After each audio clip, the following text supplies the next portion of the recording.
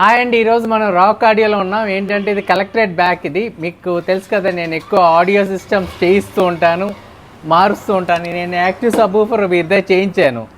So rock ఆడియోకి వచ్చా. Rock audio అధినేత మీ పేరండి? నా పేరు ప్రసాద్ అండి. ప్రసాద్ గారు ఎన్నాళ్ళ నుంచి ఇది రన్ చేస్తున్నారు? సార్ నేను 50 years నుంచి రన్ చేస్తున్నాను. 15 years నుంచి రాక్ ఆడియో రన్ చేస్తున్నారు. ముందు ఎక్కడ చేశారు మీరు? ముందు ఇదివరకు అయితే పండు బ్రదర్స్ లో చేసేవాడిని. పండు బ్రదర్స్ దగ్గర చేశారు. ఓకే. అక్కడ 15 సంవత్సరాలు చేసిన తర్వాత ఇక్కడ 2009లో ఇక్కడ నేను షాప్ స్టార్ట్ చేశానండి. ఓకే, అంటే 30 సంవత్సరాలు ఇదే రంగంలో ఉన్నానండి. అనేక బాక్సులు చూసారు, అనేక సిస్టమ్లు చూసారు. అయ్యో, ఎలా ఉందండి బిజినెస్? సార్ బిజినెస్ చాలా బాగుందండి. ఓకే, మీరు ఏం చేస్తారు ఈ షాప్? సార్ నేను ఎక్కువగా వుడ్ వర్క్ ఎక్కువ చేస్తానండి. నా హాబీ ఏంటంటే కార్ ఆడియో ఇన్స్టాలేషన్, దాంట్లో నేను స్పెషల్గా చేస్తానండి. కార్ ఆడియో ఇన్స్టాలేషన్ బాగా చేస్తాను. ఓకే, అంటే నేను 92 నుంచి కార్ ఆడియోస్ బాగా ఇన్స్టాల్ చేయడం నాకు అప్పటి నుంచి అలవాటు అండి. ఓకే, 92 అంటే కార్లు అప్పుడు ఇండిగా అప్పుడు దిగిందండి. ఇండిగా అప్పుడు లేటెస్ట్గా దిగింది. ఆ ఇండిగా స్టార్ట్ చేయడమే, తర్వాత స్కార్పియోలు అవి దిగడం.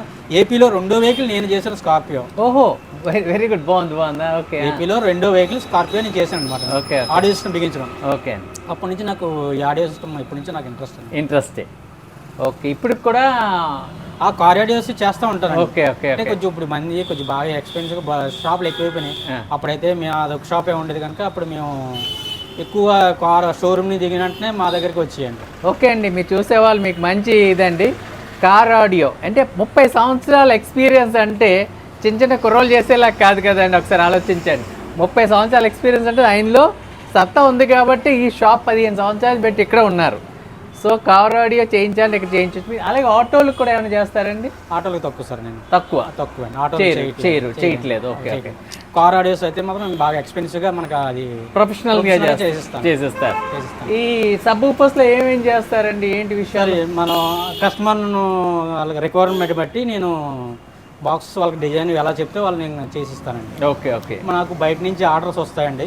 ఆ ఆర్డర్ కస్టమర్ రిక్వైర్మెంట్ బట్టి వాళ్ళు నాకు చెప్తారు. ఓకే, అది నేను వాళ్ళకి డిజైన్ చేసి ఇవ్వడం. ఓకే, చూడండి. ఈ బాక్సుల్లో ఏమైనా వుడ్లో ఏమైనా వెరైటీ ఉంటుందండి, తేడాలు ఉంటాయి సార్. ఇది వరకు అయితే కనుక నవపన్ ఒకటి వచ్చిందండి.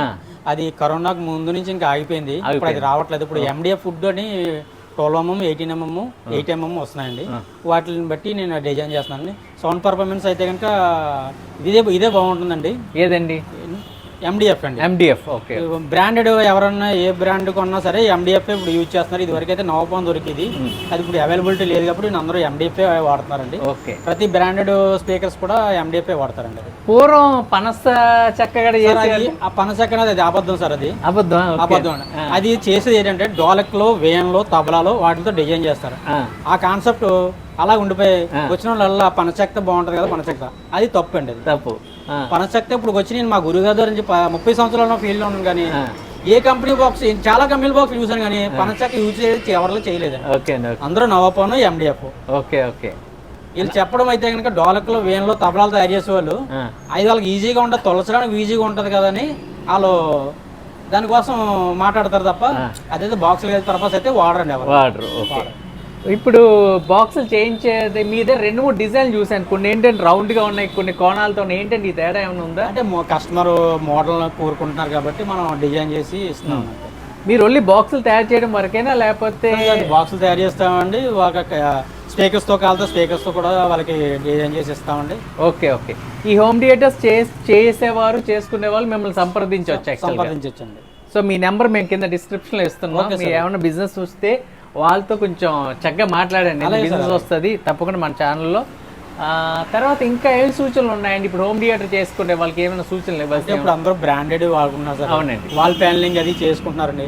వాళ్ళందరూ చేసేవాళ్ళు మన దగ్గరకు వచ్చి అడుగుతుంటారండి, నాకు ఈ బాక్సులు ఇలాగ డిజైన్ కావాలి, మరి మీరు ప్యానల్స్ ఏమైనా వాల్ ప్యానలింగ్ ఏమైనా చేస్తారంటే వాళ్ళ నెంబర్ మా దగ్గర కొంతమంది ఉన్నారు, వాళ్ళ నెంబర్లు ఇస్తే వాళ్ళు వచ్చి మాట్లాడుకుంటారు. ఓకే.